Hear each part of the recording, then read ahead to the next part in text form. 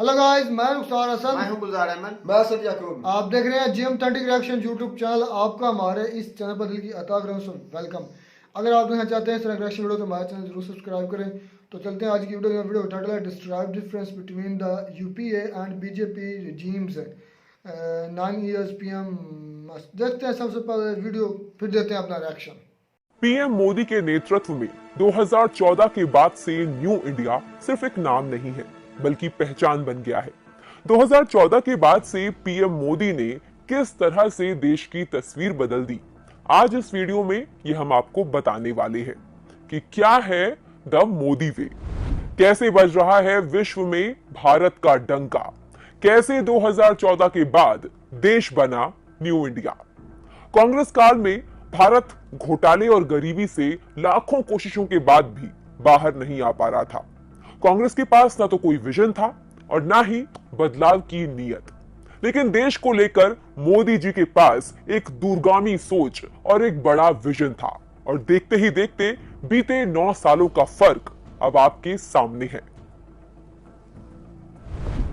खबरों पर नजर डालें तो आप देखेंगे कि कैसे 2013 में जो भारत इनकॉर्पोरेटेड बिजनेस कॉन्फिडेंस की रैंकिंग में सबसे नीचे था, आज वही भारत 2021 में अपने उच्चतम स्तर पर है। तो इसीलिए कहते हैं नियत और इरादा हो तो कुछ भी नामुमकिन नहीं है। अब देश की अर्थव्यवस्था के हाल पर नजर डालते हैं। साफ दिखता है कैसे भारतीय अर्थव्यवस्था एक दशक तक धीमी ही रही, लेकिन दूसरी तरफ उसी भारतीय अर्थव्यवस्था की रफ्तार न केवल तेजी से बढ़ी बल्कि आज सबसे अच्छा प्रदर्शन भी कर रही है।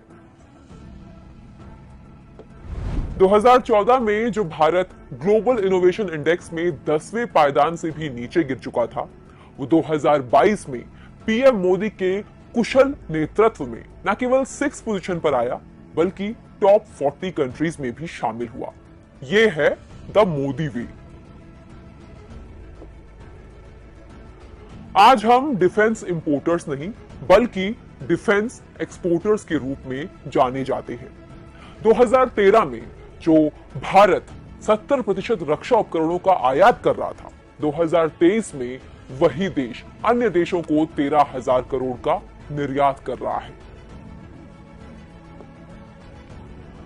एक दौर वो भी था जब भारत में लोग जलवायु परिवर्तन के बारे में जानते तक नहीं थे, लेकिन पीएम मोदी ने न केवल इसकी जरूरत को समझा बल्कि इसके नकारात्मक प्रभावों को कम करने के लिए विशेष कदम उठाए गए।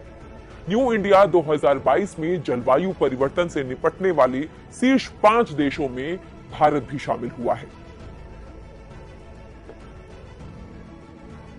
इंटरनेट की पहुंच, जिसके बारे में आप सब बखूबी जानते हैं, बखूबी समझते हैं, अगर इसमें पीएम मोदी की दूरगामी सोच को 100 में से 100 नंबर भी दिए जाएं तो शायद कम ही होंगे। 2010 में जहां भारत में इंटरनेट की पहुंच 10% से भी कम थी, वहीं 2023 तक हमने इंटरनेट के उपयोग के मामले में चाइना को भी पीछे छोड़ दिया है। आप खुद ही फर्क देख लीजिए। 2013 में जिस भारत की छवि ब्रिक देशों के बीच सबसे बदतर थी, 2022 में उसी भारत का प्रदर्शन किस प्रकार से शानदार रहा। अब आप समझ रहे होंगे कि लोग क्यों कहते हैं कि मोदी है तो मुमकिन है। 2013 में विदेशी निवेशकों के लिए भारत एक अंतिम विकल्प के रूप में था, वहीं 2023 में यह सोच बदल गई। आज उनके लिए पहली पसंद चाइना नहीं बल्कि हमारा भारत है। ये बात तो आप सबके जहन में जिंदा होगी कि कैसे कांग्रेस शासन में देश आतंकवाद की गर्द में डूबा हुआ था, लेकिन आज का भारत घर में घुसकर जवाब देता है। 2012 तक देश में आतंकवादी हमले अपने चरम पर थे, लेकिन आज हमले न केवल कम हुए हैं बल्कि आतंकवादी संगठनों को जड़ से खत्म करने की दिशा में भी जोरों शोरों से काम हो रहा है। मोदी जी ने हमेशा महिला सशक्तिकरण को प्राथमिकता दी है। उसी का नतीजा है कि जो भारत 2013 तक महिला उद्यमिता के क्षेत्र में सबसे खराब प्रदर्शन करने वालों में से एक था, वहीं आज इंडियन बोर्ड्स में महिलाओं की संख्या 3 गुना बढ़ी है। इसके साथ ही उनके सशक्तिकरण की दिशा में भी अनेक अवसरों के द्वार भी खोले गए हैं। टॉयलेट्स, जिनको कांग्रेस शासन तक जरूरत ही नहीं समझा गया, वहीं मोदी शासन में टॉयलेट्स को लेकर जागरूकता बढ़ाई गई। आजादी के 66 सालों के बाद भी 59.4% ग्रामीण भारतीयों के पास टॉयलेट्स नहीं थे, लेकिन पीएम मोदी की प्रबल इच्छा शक्ति द्वारा 2019 में भारत को खुले में शौच से मुक्त घोषित किया गया। 2012 तक भारत 3G तकनीक को भी ठीक से अपना नहीं पा रहा था। इस क्षेत्र में कांग्रेस के घोटालों को शायद ही कोई भूल पाया हो, लेकिन आज भारत ने न केवल 5G तकनीक को अपनाया है, बल्कि इसे अपनाने की दर यूके और यूएसए की तुलना में दोगुनी है। 2013 तक इंडिया का सर्विस सेक्टर अपनी सबसे खराब स्थिति में था, लेकिन पीएम मोदी के लिए कुछ भी नामुमकिन नहीं है। 2023 में इंडिया का सर्विस सेक्टर 12 साल में सबसे उच्चतम स्तर पर है। कहते हैं देश का हेल्थ सेक्टर मजबूत हो तो देश भी मजबूत होता है, लेकिन 2013 तक भारत का हेल्थ केयर अपने पड़ोसी राज्यों से भी गया गुजरा था। लेकिन 2023 के बाद से स्वास्थ्य सेवा में एक नए युग की शुरुआत हुई है। कांग्रेस शासन में वर्षों तक नॉर्थ ईस्ट उपेक्षित ही रहा है, लेकिन 2023 में नॉर्थ ईस्ट विकास के नए रास्तों से जुड़ता जा रहा है। हाल ही में नॉर्थ ईस्ट में भाजपा की जीत भी इस बात का प्रमाण देती है। ये तो हम सब जानते हैं कि सेना के वीरों को लेकर कांग्रेस का कैसा रवैया रहा है। कांग्रेस ने अपने शासनकाल से आज तक कभी वीरों का सम्मान नहीं किया, लेकिन न्यू इंडिया में देश के लिए जान न्यौछावर करने वाले वीरों का होता है आदर सहित सम्मान। 2013 में वैश्विक स्तर पर भारत में नौकरियों की स्थितियां थी सबसे खराब, लेकिन आज 54% कंपनियों को न केवल भारतीय टैलेंट पर भरोसा, बल्कि वैश्विक स्तर पर नौकरियों के मामले में भारत दूसरे नंबर पर है। 2012 तक जहां भारत में डायरेक्ट बेनिफिट ट्रांसफर को लेकर थे बहुत सारे लूप होल्स, लेकिन 2015 में पीएम मोदी के नेतृत्व में इन सभी लूप होल्स को खत्म करके डायरेक्ट बेनिफिट ट्रांसफर का लाभ जन जन तक पहुंचाया जा रहा है। कांग्रेस के समय में ऑर्डिनेंस फैक्ट्री द्वारा हथियारों की आपूर्ति में हो रही थी देरी से आईटीबीपी प्रभावित होता था, लेकिन मोदी सरकार की कमान संभालने के बाद ऑर्डिनेंस फैक्ट्री बोर्ड में शामिल हुई 7 नई रक्षा कंपनियों में से 6 ने पहले 6 महीनों में ही लाभ दर्ज किया।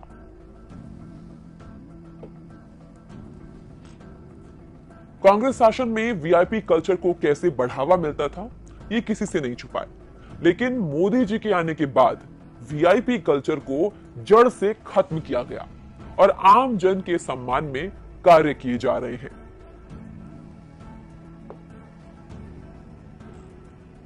अब जरा ये फर्क देखिए, जो भारत 2012 तक डोमेस्टिक एविएशन सेक्टर में सबसे खराब प्रदर्शन करने वाले देशों में से एक था, 2023 में वही देश डोमेस्टिक एविएशन सेक्टर में आसमान छू रहा है।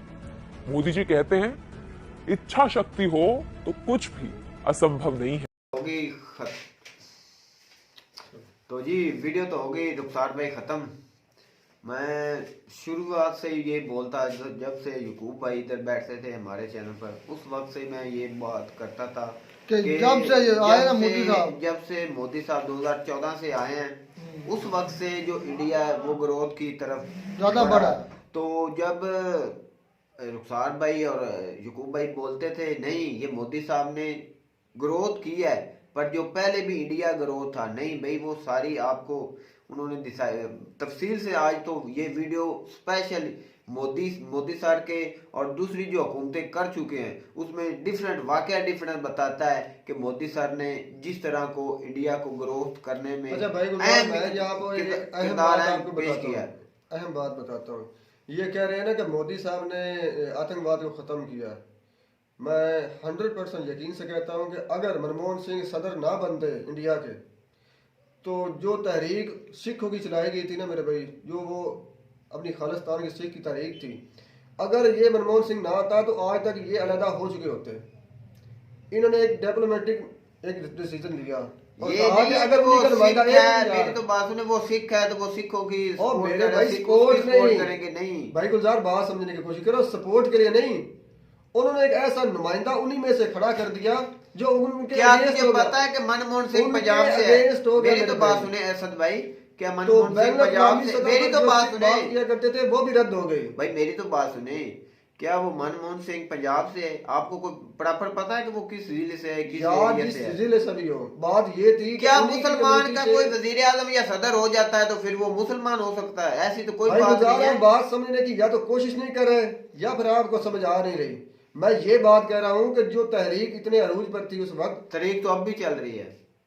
बात सुनो यार, तो इन्होंने ऐसा बंदा खड़ा कर दिया जो उन्हीं की जात पास से था और उनके अगेंस्ट खड़ा कर दिया।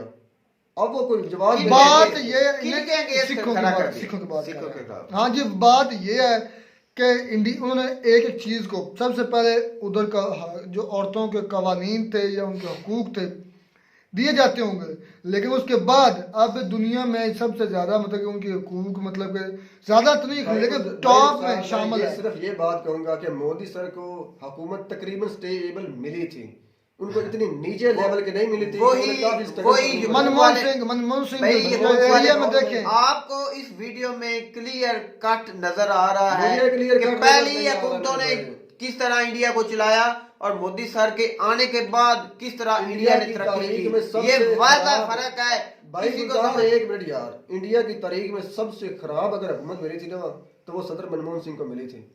मैं आपको ये बता नहीं नहीं, अटल बिहारी वाजपेयी साहब ने बड़े काम अटल किए। बिहारी वाजपेयी को भूल आई जाओगे? थिंक वो वही थे, उनके बाद मनमोहन सिंह आई है मेरा ख्याल अटल है। बिहारी वाजपेयी ने तो इसकी नींव रखी थी। यार मैं ये कह ग्रोथ रहा हूँ की। कि सबसे ज्यादा खराब कंडीशन जो मिली थी ना वो भाई अगर आज वो एक और वो बात कर रहा था कि देखें जब मोदी साहब नहीं थे या उनका शुरू का दौर था तो उसके बाद ज्यादा अटैक्स होते थे, तो वो देख रहे उसमें मुंबई अटैक हो गया, लेकिन उनके बाद अब ऐसा कोई एक पुलवामा का हुआ आई थिंक, उसके बाद कोई भी ऐसा मिसहैप नहीं हुआ, इस इंडिया एक्सीडेंट में नहीं बिल्कुल अमन है, हुआ। बिल्कुल। वो घुस कर मारते हैं जो टेररिस्ट है, उनकी स्ट्रेटजी मतलब घुस कर मारते हैं, वो कहते हैं कि हम घुस कर मारते हैं। तरीकाकार ये बदला कि पहले लोग उनके मुल्क में आप जाया बात करते थे। करें। भाई, मैं यही बात, घुसने- एक मिनट यार, मैं यही बात कहना चाहता हूँ, पहले लोग उनके मुल्क में आते थे, अब वो लोगों के मुल्क में जाते हैं। फर्क इतना है, खुद नहीं जाते, अपने एजेंट्स भेजते हैं। मैं आपको बोलता हूँ आगे के लोगों को कि काम उनकी करवाते हैं। स्ट्रेटजी क्या है इतना स्ट्रांग होने की। उन्होंने अपनी तलीम पर जोर दिया, उन्हें अपनी इकोनॉमी स्ट्रांग की और दुनिया के साथ चले। हम वो ही रोने आज- पर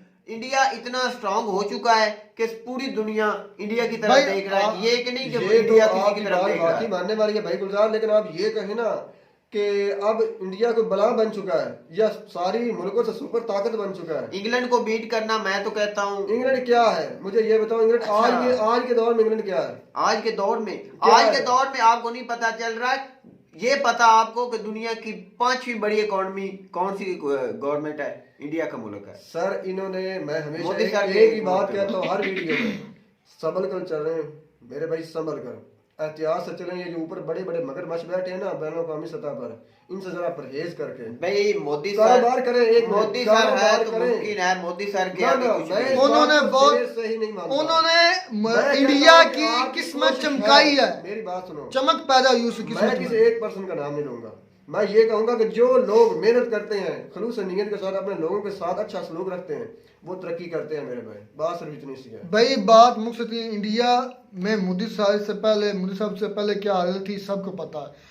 अब क्या है ये भी पता है। अब उन्होंने एक एक पॉइंट उन्होंने बताया, ब्रिक्स का मेंबर, उन्होंने बताया क्वाड का मेंबर, उन्होंने बताया यूएन ने कि अब परमानेंट सिक्योरिटी काउंसिल के लिए भी वो दावेदार है, ऐसे एक परमानेंट मेंबर के लिए भी। उसके बाद क्वाड भी है, हर किस्म की SCO मीटिंग को भी वो रिप्रेजेंट कर रहा है और ज़्यादा से ज़्यादा ताजे, ज़्यादा से ज़्यादा लोग इधर आ रहे हैं। पहले क्यों नहीं थी, मनमोहन सिंह के दौरे हुकूमत में क्यों नहीं थी, क्या वजह है? ये आया हुआ मुमकिन जब मनमोहन सिंह ने वो आग बुझाई थी मेरे भाई जो इंडिया में कभी बुझ नहीं सकती थी। इस बात भाई उन्होंने काम किए होंगे, लेकिन मोदी साहब के मुकाबले में वो कहीं भी नजर नहीं आते। बात इतनी सी है, इंडिया की तकदीर बदली है तो इनके आने से बदली है और बदलती जाएगी जब तक ये हैं। और मैं ये मानता हूँ जब तक ये इनकी जिंदगी है, यही इनके वज़ीर आज़म। मैं ये नहीं कहता कि उन्होंने काम नहीं किया, मैं ये कहता हूँ कि जब सदर मनमोहन सिंह आए थे, अगर मोदी आते तो या तो मारे जाते। नहीं, वो जो कहते हैं कि हम घुस कर मारते हैं, वो उनको पता नहीं है, उनका कोई वहम है मेरे भाई, जो अच्छा पालने में लगता है। नहीं, घुस कर मारा है कि नहीं मारा? इधर पाकिस्तान में जो आए थे, बालाकोट स्ट्राइक की थी, नहीं मारे थे?